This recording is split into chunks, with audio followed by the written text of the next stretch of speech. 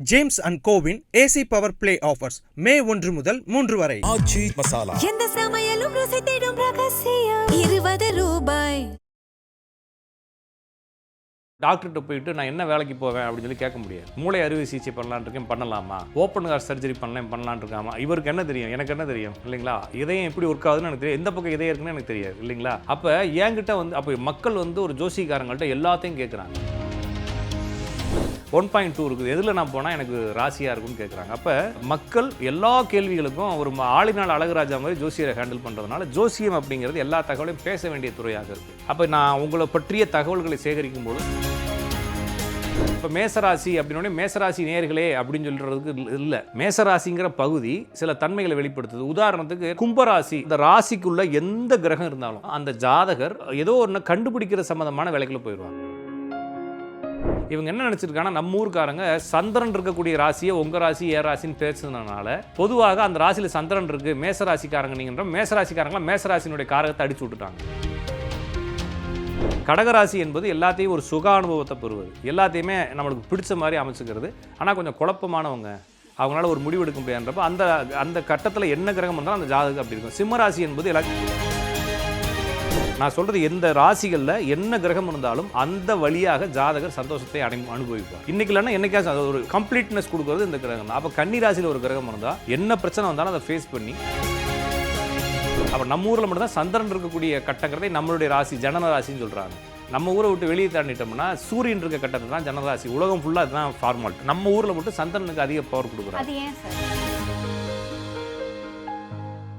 IBC பக்தி நேயர்கள் அனைவருக்கும் அன்பு வணக்கம். இன்னைக்கு நம்ம கூட ஜோதிடம் மற்றும் ஆன்மீகம் சார்ந்த பல தகவல்களை பகிர்ந்து கொள்வதற்காக ராஜநாடி கா பார்த்திபன் சார் நம்ம கூட இணைந்திருக்கிறார்கள். சார் வணக்கம். வணக்கம்ங்க, நேரில் அனைவருக்கும் வணக்கம். சார், பொதுவாக வந்து நம்ம தொடர்ந்து நிறைய ஜோதிடம் சார்ந்த விஷயங்களையும் ஜோதிட சூட்சமங்களையும் பேசிகிட்டு இருக்கோம். அந்த வகையில் பொதுவாக நிறைய பேர் சொல்கிற ஒரு விஷயம் என்ன அப்படின்னா, நீங்கள் இந்த ராசியா உங்களுடைய குணாதிசயங்கள் இப்படித்தான் இருக்கும் அப்படின்னு சொல்கிறாங்க.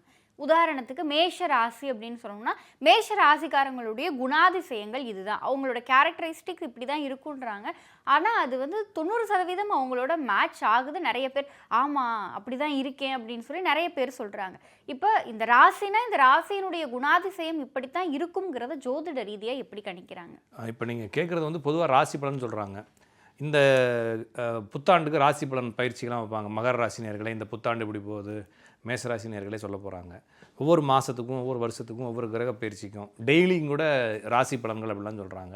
அப்போ இந்த ராசி பலன் அப்படிங்கிறது சரியானதா அப்படின்னா, இப்போ உதாரணத்துக்கு நான் ஒரு மேசராசிக்காரன் நான் இருக்கேன்னு வச்சுக்கோங்களேன். எனக்கு நீங்கள் மேசராசிக்காரரே உங்களுக்கு என்ன நடக்கும்னு சொல்லலாம்னா, மேசராசிக்காரர்களே உங்களுக்கு 2 திருமணம் நடக்கும்னு யாரும் சொல்ல போகிறதில்ல இல்லைங்களா? மேசராசிக்காரர்களே நீங்கள் நினச்சதெல்லாம் நடக்கும். மேசராசிக்காரர்களே இந்த வருஷம் நீங்கள் கொஞ்சம் கஷ்டப்பட போகிறீங்க. மொத்தத்தில் எல்லாம் காமனான விஷயங்களா உருட்ட வேண்டியதானே தவிர பர்டிகுலராக இந்த ராசிக்காரங்களுக்கு எல்லாத்துக்கும் இது நடக்கணும் யாருனாலையும் சொல்ல முடியாது. அது எப்படி சார் இதுலேருந்து சொல்கிறாங்க? அப்போ எதுலேருந்து இது கொண்டு வராங்க, எதுலேருந்து எக்ஸ்ட்ராக்ட் பண்ணி கொண்டு வராங்க? அப்போ உண்மையிலேயே ஜோதிடத்துறை இது மாதிரி விஷயங்களை சொல்லுதா? அப்போ இல்லைன்னு சொல்கிறீங்க. ஜோசியத்தில் வந்து ராசி பலன் அப்படிங்கிறது இல்லை, ராசி பலன் பொய், ராசி பலன் தப்பு, ராசி பலன் உண்மை இல்லைன்னு சொல்கிறோம். அப்போ இதெல்லாம் எங்கேருந்து கொண்டு வராங்க அப்படின்னா, பொதுவாகவே வந்து உங்களுக்கு வந்து ஒவ்வொரு விஷயத்தையும் டிஸ்கிரைப் பண்ணுறதுக்காக ஜோதிடம் அப்படிங்கிறது நிறைய விஷயங்களை தகவலை சொல்லுது. அது என்னென்னா காரகங்களாக சொல்லுது. இப்போ ஒரு விஷயத்தை கற்றுக்கிறதுக்கு இப்போ நான் உங்களை பற்றி பேசணும் அப்படின்றப்ப, நான் சமூகத்தை பற்றி பேசணும், நான் ஒரு மனிதனுடைய வாழ்க்கையை பற்றி பேசணுங்கிறப்ப என்னென்ன தெரிஞ்சிருக்கணும் அப்படின்னா, ஒரு மனிதனுடைய வாழ்க்கையில் நடக்கக்கூடிய எல்லா தகவலும் எனக்கு தெரிஞ்சிருக்கணும். இப்போ ஒரு நீங்கள் ஒரு டாக்டர்கிட்ட போயிட்டு நான் என்ன வேலைக்கு போவேன் அப்படின்னு சொல்லி கேட்க முடியாது. அதே போல் நான் என்ன இது மாதிரி எதுவுமே எல்லாத்துட்டையுமே எல்லா விஷயத்தையும் கேட்க முடியாது. ஆனால் ஜோசிக்காரங்கள்ட்ட தான் வந்து ஆப்ரேஷன் பண்ணலான்னு இருக்கேன், மூளை அறுவை சிகிச்சை பண்ணலான்னு இருக்கேன், பண்ணலாமா? ஓப்பன் ஹார்ட் சர்ஜரி பண்ணலான்னு இருக்காமா? இவருக்கு என்ன தெரியும், எனக்கு என்ன தெரியும் இல்லைங்களா? இதயம் எப்படி ஒர்க் ஆகுதுன்னு எனக்கு தெரியும், எந்த பக்கம் இதயம் இருக்குன்னு எனக்கு தெரியாது இல்லைங்களா? அப்போ என்கிட்ட வந்து அப்போ மக்கள் வந்து ஒரு ஜோசிக்காரங்கள்ட்ட எல்லாத்தையும் கேட்குறாங்க. அப்போ நான் ஒரு பைக் வாங்குறேன், என்ன கலர் வாங்கலாம், எத்தனை சிசி வாங்கலான்னு எனக்கு ஒருத்தர் ஃபோன் பண்ணி கேட்டார். கார் வாங்கலான்னு இருக்கேன், எத்தனை சிசி வரைக்கும் நம்ம போகலாம், 1500 இருக்குது, 2.2 இருக்குது, 1.2 இருக்குது, எதில் நான் போனால் எனக்கு ராசியாக இருக்குன்னு கேட்குறாங்க. அப்போ மக்கள் எல்லா கேள்விகளுக்கும் ஒரு ஆளினால் அழகுராஜா மாதிரி ஜோசியரை ஹேண்டில் பண்ணுறதுனால ஜோசியம் அப்படிங்கிறது எல்லா தகவலையும் பேச வேண்டிய துறையாக இருக்குது.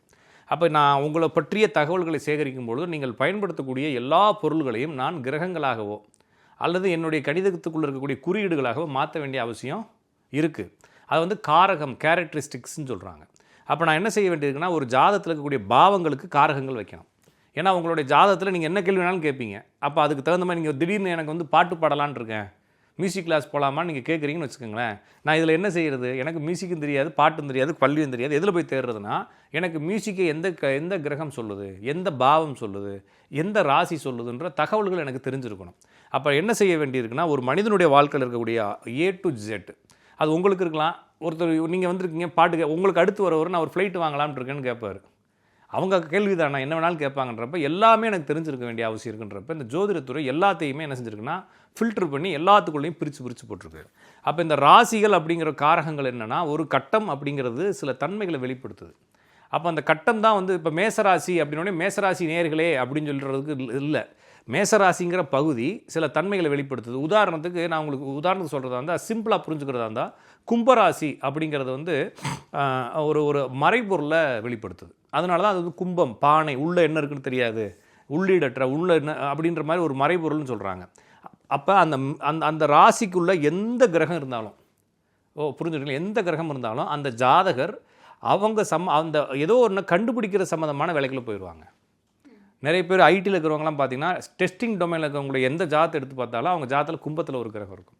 அது ராகுவாக இருக்கலாம், கேதுவாக இருக்கலாம், இதாக இருக்கலாம். அப்புறம் அந்த செக் பண்ணுறது, லெபார்ட்ரிஸு, அப்புறமா வந்து இந்த தேர்வு எழுதுறது, அப்புறமா வந்து இந்த டெஸ்ட் பண்ணி கொடுக்குறதுன்ற மாதிரி எந்த இதாக இருந்தால், அப்போ தொல்பொருள் ஆராய்ச்சி, குவாலிட்டி கண்ட்ரோல், இது மாதிரி எதை நீங்கள் செக் பண்ணி கொடுக்குறதா இருந்தாலும், மறைஞ்சிருக்கிறத கண்டுபிடிக்கிறதா இருந்தாலும் கும்பராசி பலமாக இருக்கணும். அப்போ இங்கே கும்பராசி நேயர்களே நான் பேசலை. கும்பராசி அப்போ என்னென்னா, இது மாதிரி மீனம்ங்கிற ஒரு கேரக்டர் சொல்லுது, மேசம்ங்கிறது சில கேரக்டர் சொல்லுது. அப்போ இந்த ராசிகள் பலமானால், இந்த ராசிகளில் ஏதாச்சும் கிரகங்கள் அமர்ந்திருந்தால் இந்த ஜாதகருக்கு இந்த மாதிரி சில தன்மைகள் வெளிப்படணும்னு நம்ம பேசுகிறதுக்காக இந்த ஜோசியம் என்ன சொல்லுதுன்னா, திதிக்கு, யோகத்துக்கு, கரணத்துக்கு, நட்சத்திரத்துக்கு, நாளுக்கு, ஓரைக்கு, ராசிக்கு, பாவத்துக்கு, கிரகத்துக்குன்னு சொல்லி எல்லாத்துக்குமே காரகங்களை சொல்லுது. அப்போ மேசராசி இந்த காரங்களை வெளிப்படுத்தும், ரிஷபராசி இந்த காரங்களை வெளிப்படுத்துன்றப்ப இவங்க என்ன நினச்சிருக்காங்கன்னா, நம்ம ஊருக்காரங்க சந்திரன் இருக்கக்கூடிய ராசியை உங்கள் ராசி ஏ ராசின்னு பேசுனதுனால பொதுவாக அந்த ராசியில் சந்திரன் இருக்குது, மேசராசிக்காரங்க நீங்கன்ற மேசராசிக்காரங்களாம் மேசராசினுடைய காரகத்தை அடிச்சு விட்டுட்டாங்க. அப்போ மேசராசியில் இருக்கிறவங்க பூரா ஒரு மாதிரி ரொம்ப அரகண்டாக இருப்பான், ரொம்ப டென்ஷன் பார்ட்டியாக இருப்பான், எதையுமே வந்து புண்படுத்தி பேசுவான், ரொம்ப உழைப்பாளியாக இருப்பான், எதையுமே துணிச்சலாக எதிர்கொள்வான். அப்படிங்கிறப்ப இதெல்லாம் மேசராசிக்காரங்களுடைய குணம் இல்லை, மேசராசியினுடைய குணம். ஒருவேளை அங்கே சந்திரன் இருக்கிறதுனால உங்களுக்கு அந்த சிந்தனைகள் இருக்கலாமே தவிர அது வாழ்க்கைக்கு என்னுடைய ஆசை எல்லாமே சிந்தனை எல்லாமே வாழ்க்கையாக வர வேண்டிய அவசியம் இல்லை. அப்போ என்னென்னா, இது காரகங்களாக பார்க்கும் பொழுது ஒரு ஜாதகத்தில் இந்த ஒரு கட்டத்தை திறக்கிறப்ப எனக்கு பலன் சொல்வதற்கு இதெல்லாம் உங்களுக்கு எனக்கு லீடாக இருக்குது. அப்போ ஒரு உதாரணத்துக்கு நான் சொல்கிறேனே, ஒரு கிரகம் ஒரு ராசியில் அமர்ந்தாலும் அந்த ராசி ஆக்டிவேஷன் ஆகும்னு வச்சுக்கோங்க. இது ஒரு பேசிக் நாலேஜ், இது ஒரு பேசிக் லாஜிக். இப்போ என்னென்னா, ஒரு ஜாதகத்தை திறக்கிறப்ப ஏதாச்சும் ஒரு கிரகத்தில், ஏதாச்சும் ஒரு ராசியில் ஏதாச்சும் ஒரு கிரகம் அமர்ந்தால் அந்த ராசி காரகங்களை ஜாதகர் சாவதற்குள் அனுபவித்து என்ஜாய் பண்ணிடுவார்.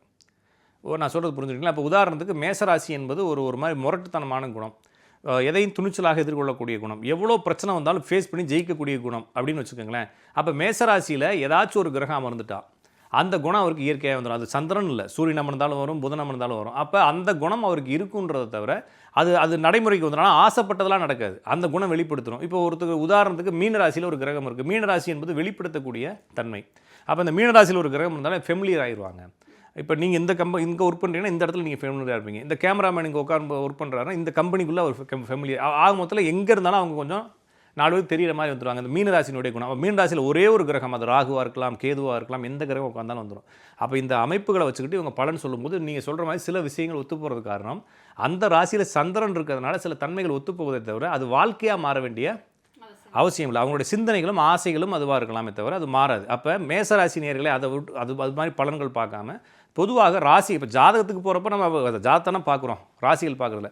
எனவே ஜாதக ரீதியாக பார்க்கும்பொழுது கிரகக்காரங்களை பார்க்க வேண்டும், பாவக்காரங்களை பார்க்கணும், ராசிக்காரங்களை பார்க்கணும். இதெல்லாம் பார்த்துட்டு ஒரு கோர் பண்ணி தான் நம்ம ப்ரெசென்ட் பண்ண வேண்டியது இருக்குது. நீங்கள் சொல்கிற மாதிரி பொதுவான பலன்கள் இருக்கு இல்லைங்களா? இப்போ நீங்கள் வந்து ஒரு சுறுசுறுப்பானவர், இந்த மாத இறுதியில் ஒரு முக்கியமான நபரை சந்திப்பீர்கள், உங்களுடைய தேவையெல்லாம் தேடி வந்து கை கொடுக்கும், இப்படிலாம் சொல்கிறதெல்லாம் வந்து ஒரு எந்த ராசிக்காரனுக்கும் இருக்கும். அப்போ நான் ஒரு தடவை சொன்னேன், நீங்கள் என்ன செய்கிறீங்கன்னா அடுத்த மாதத்துலேருந்து உங்களுக்கு அடுத்த ராசியை உங்கள் ராசின்னு நினச்சிக்கோங்க. அந்தலேருந்து ஒரு வருஷம் வரைக்கும் நீங்கள் அடுத்த ராசியை உங்களுடைய ராசியாக நினச்சி எல்லா பலன்களையும் பாருங்கள். அதுவும் உங்களுடைய எல்லா வாழ்க்கையும் ஒத்து போகுன்றப்ப இவங்க பொதுவான விஷயத்தை தான் சொல்கிறாங்க. இப்போ நீங்கள் வந்து ஒரு உதாரணத்துக்கு நான் சொல்கிறேன், சிம்ம ராசின்னு வச்சுக்கோங்களேன். உங்களுடைய கான்சன்ட்ரேஷன் ஃபுல்லாக புக்கு படிக்கிறப்போ வீடியோ பார்க்குறப்ப எதில் இருக்குன்னா சிம்ம ராசியில் தான் இருக்கும். வேறு எந்த ராசியும் நீங்கள் கவனிக்க மாட்டீங்க. வேறு ஒருவேளை அவர் ஒரே விஷயத்தை 4 பேருக்கு சொல்லியிருப்பார், ஆனால் உங்களுடைய ராசி மட்டும் தான் நீங்கள் கேட்டு கறந்து போயிருப்பீங்க.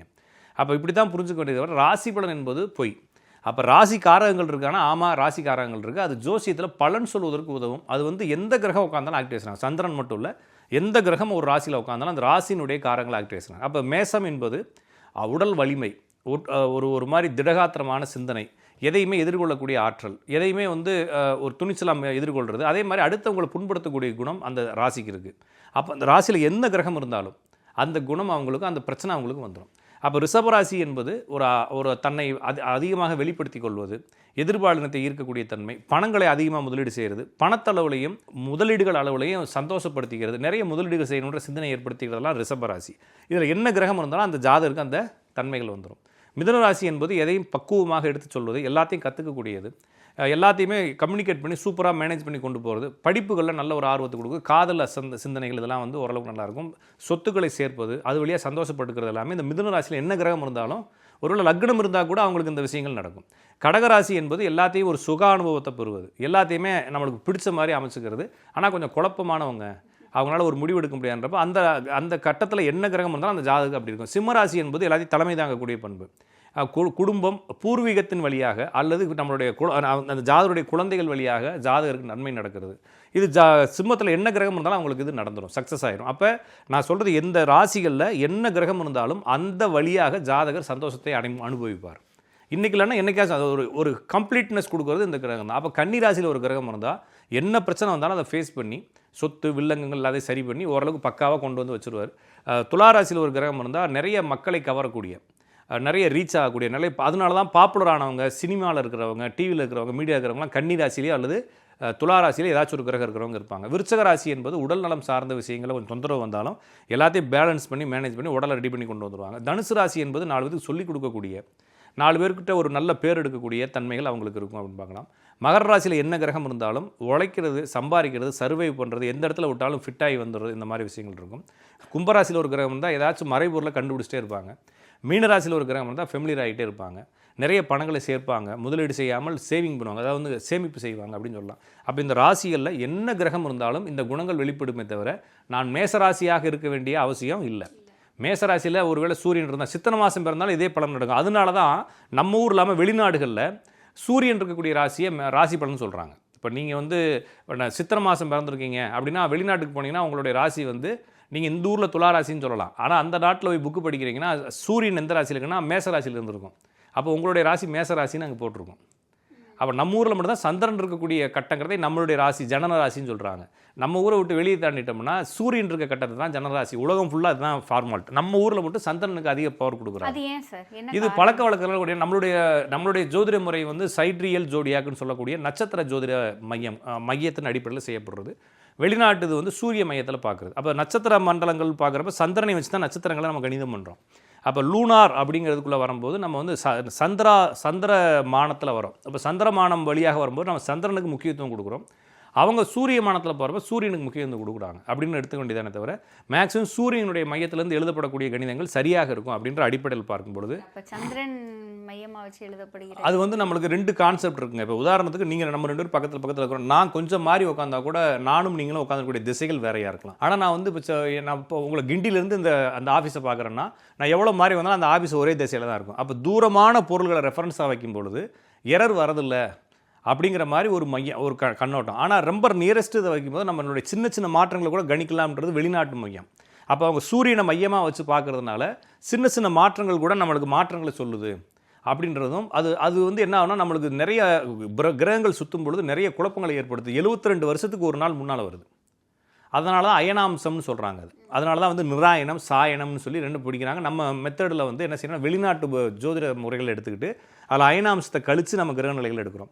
நம்மளுடைய மெத்தட் எப்படின்னா நம்ம தூரத்தில் இருக்கக்கூடிய நட்சத்திரத்தை மையமாக வச்சு கணிதம் பண்ணுறோம். நட்சத்திரத்தை பார்க்குறதுக்கு நம்மளுக்கு சந்திரன் ரெஃபரன்ஸ் வேணும். நம்ம வந்து டைரெக்டாக சூரியனை பார்க்கலாம். ஆனால் நட்சத்திரத்தை பார்க்குறதுக்கு நட்சத்திரம் எங்கே வேணாலும் இருக்கலாம். ஆனால் நட்சத்திரம் எங்கே இருக்குது அதை கணிதம் பண்ணுறதுக்கு சந்திரனுடைய கால்குலேஷன். அப்போ சந்திரனை மையமாக வச்சு பார்க்குறோம். இதில் என்ன எரர் அப்படின்னா ரொம்ப தூரமாக இருக்க பொருளை வச்சுக்கிட்டு நம்ம அளக்கும் பொழுது நம்ம கொஞ்சம் சின்ன சின்ன எரர் வந்தால் கூட நம்மளுக்கு அது என்ன வருது சரியாக தெரியாது. இப்போ உதாரணத்துக்குங்க நான் திருப்பி சொல்கிறேன். நான் இங்கே மதுரையிலேருந்து ஒருத்தரை பார்க்குறேன். அவர் வந்து டெல்லிக்கு பக்கத்தில் இருக்கிறாருன்னு வச்சுக்கோங்க, நேராக ஒரே கோட்டில். நான் ஒருவேளை சின்னதாக ஒரு 10 மீட்டர் நகர்ந்து உட்காந்தாலும் அவர் டெல்லி ஒரே திசையில் தான் இருப்பார். 10 மீட்டரில் ஒன்றும் டிஃப்ரெண்ட் இருக்காது. ஆனால் கொஞ்சம் தூரத்தில் ஒருத்தர் உட்காந்துருக்காருன்னா நம்ம 10 அடி நான் மாறி உட்காந்தோன்னா நிறைய மாற்றங்கள் ஃபீல் பண்ணேன். அப்போ நியரஸ்ட் பொருளை ரெஃபரன்ஸாக வச்சுருக்காங்க வெளிநாட்டுக்காரங்க. அப்போ சூரியனை ரெஃபரன்ஸாக வச்சு இந்த மண்டலங்களை பிரிக்கும் பொழுது அதை வந்து ட்ராபிக்கல் ஜோடியாக் பருவகால ராசி மண்டலம்னு சொல்கிறாங்க. அது வந்து கொஞ்சம் நம்மளுக்கு சில எரர்களை வெளிப்படுத்தவும் செய்யும். அது எரர்களை சொல்கிறதுனால சில விஷயங்களை கண்டுபிடிக்கவும் முடியுது. ஆனால் நிறைய எரர்களோடு அதை கண்டுபிடிக்கிறது குழப்பமாக இருக்கான்னு நம்புறீங்கன்னா நம்ம ஊருக்காரங்க நட்சத்திர மண்டலங்களை உருவாக்கியிருக்காங்க. இதில் சில குறைகளும் இருக்குது, நிறைகளும் இருக்குது. அப்போ நம்ம ஊருக்காரங்க சந்திரனை மையமாக வச்சுருக்கிறது, தசாபுத்திகள் சொல்கிறது, இது எல்லாமே காரணம் வந்து சந்திரனை மையமாக வச்சு கணிதம் பண்ணுறதுனால தான். ஆனால் வந்து இதில் நிறைய எரர் இருக்குது. அதனால தான் வந்து இன்னும் நம்ம குளறுபடியாக இருக்கும். அவங்க ரொம்ப பெர்ஃபெக்டாக போகிறதுக்கு காரணம் அவங்க ரொம்ப கான்ஃபிடண்ட்டாக அடுத்து போகிறாங்க. அவங்க வந்து என்னென்னா வருஷத்துக்கு ஒரு டிகிரி, வருஷத்துக்கு 0.5 டிகிரி வந்து என்ன பண்ணுறாங்கன்னா ரிவர்ஸ் பண்ணிக்கிட்டே வராங்க. நம்ம அப்படி ரிவர்ஸ் பண்ணுறதில்ல, நம்ம அப்படியே ஃபிக்ஸடாக வச்சுக்கிட்டு இருக்கோம். இதில் சில எரர் இருக்குது. அப்போ நம்ம ஊர்க்காரங்களுக்கும் அவங்களுக்கும் அந்த சந்திரன் பேஸ் பண்ண பிரச்சனை இருக்குது. ஆக மொத்தத்தில் ராசி பலன் என்பது ஒரு மனக்குழப்பத்தை ஏற்படுத்தக்கூடிய அல்லது உங்களுக்கு ஒரு தவறான தகவலை கொடுக்கக்கூடிய ஒரு பலன் தானே தவிர பெர்ஃபெக்டாக பார்க்கணும் ஜாதகத்தை தான் பார்க்கணும். ராசி பலன் வந்து அந்த அளவுக்கு உங்களுக்கு துல்லியமான கணிப்புகள் கிடைக்காது அப்படின்னு சொல்லி சொன்னாங்க. துல்லியமான கணிப்பு இல்லைங்க, பொதுவான பலன்கள். நான் சொல்கிறது உங்களுக்கு உங்கள் லைஃபுக்கும் அதுக்கும் சிங்க் பண்ணுற மாதிரி பர்ஃபெக்ட். நீங்கள் இப்போ நானும் நீங்களும் வேறு இல்லையா? அப்போ உங்களையும் என்னை இப்போ மாற்றி கொடுக்குறது அப்படிங்கிறது வந்து ஒரு வேளை பாலினமாக இருக்கலாம். ஒருவேளை நம்ம 2 பேருமே ஆணாக இருக்கோம்னு வச்சுக்கோங்களேன். உங்களையும் என்னையும் மாற்றி கொடுக்குறது வந்து நீங்கள் செய்யக்கூடிய வேலை. உங்களுடைய ஆட்டிடியூடு என்னுடைய எல்லாத்தையும் உங்களுடைய திறமை எல்லாத்தையும் வச்சு தான் நம்ம வேறு ஆளாக பார்க்குறோம். அப்போ வேறு ஆளாக பார்க்கும்போது ஒருவேளை நம்ம 2 பேரும் ஒரே ராசியாக நம்ம 2 பேருக்கு ஒரே பலன் தான் சொல்ல வேண்டியது இருக்கும். ஓகேங்களா? ஆனால் உங்களுக்குள்ளே இருக்கக்கூடிய யூனிக்கான டிஃப்ரெண்ட்டு. நான் வந்து ஒரு எலக்ட்ரானிக் தெரிஞ்சவனாக இருப்பேன், நீங்கள் வந்து மெடிசன் தெரிஞ்சவங்களா இருப்பீங்க. 2 பேரையும் பிரித்து காட்டுறதுக்கு மேசராசிக்காரங்களுக்கு நீங்கள் எலக்ட்ரானிக்ஸ் போவீங்க, ரிஷபராசிக்காரங்களுக்கு நீங்கள் மெடிக்கல் போவீங்கலாம் சொல்ல முடியாது. ஒரு ஜாதகத்தை பார்த்து நீங்கள் மெடிக்கல் படிக்க போவீங்கன்னு சொல்லலாம். ஆனால் வெறும் ராசியை வச்சு எப்படி சொல்கிறது, நட்சத்திரத்தை வச்சு எப்படி சொல்கிறேன்னா சொல்ல முடியாது. அப்போ பொதுவாக நீங்கள் வந்து அழகாக இருப்பீங்க, சுருட்ட முடியாக இருக்கும் அப்படின்னு சொல்லிட்டு இந்த குட்டையாக சுருட்ட முடியாக அழகாக பேசுறதுக்கு நளினமாக பேசுவார்ல அவருன்ற மாதிரி சொல்லாமே தவிர பர்டிகுலராக இவருடைய லைஃப் இப்படி தான் அப்படின்றத நம்ம குறிப்பிட்டு சொல்ல முடியாது. ஜோசிய ரீதியாக பொதுவாக பலன் சொல்லலாம். இந்த ராசி பலன், கோச்சார பலன், இது ரெண்டையும் எப்படி வித்தியாசப்படுத்த முடியும்? கோச்சார பலன் அப்படிங்கிறதுங்க இவங்க என்ன சொல்கிறாங்கன்னா, இப்போ நான் சொல்லக்கூடிய கோச்சாரம் என்பது என் ஜாதகத்தில் 9 கிரகம் இருக்குது. இந்த 9 கிரகத்தையும் ஒவ்வொரு கிரகத்தையும் இந்த கோச்சார கிரகம் டிஸ்டர்ப் பண்ணுது. இப்போ இன்றைக்கி போகக்கூடிய சனி என்னுடைய ஜாதகத்தில் கூடிய சுக்கிரனை, சந்திரனை, செவ்வாயை, புதனை, குருவை, சனியை, ராகுவை ஏதோ டிஸ்டர்ப் பண்ணுது. என்னுடைய லைஃப் அப்படி மாறுது. ஆனால் அவங்க பொதுவாக சொல்லக்கூடிய கோச்சார பலன் ராசியை வச்சு சொல்கிறாங்க. அவங்க ஜாதகத்துடைய சந்திரனை மட்டும் இந்த கிரகம் எத்தனாவது இடத்துல இருந்து இயக்குது.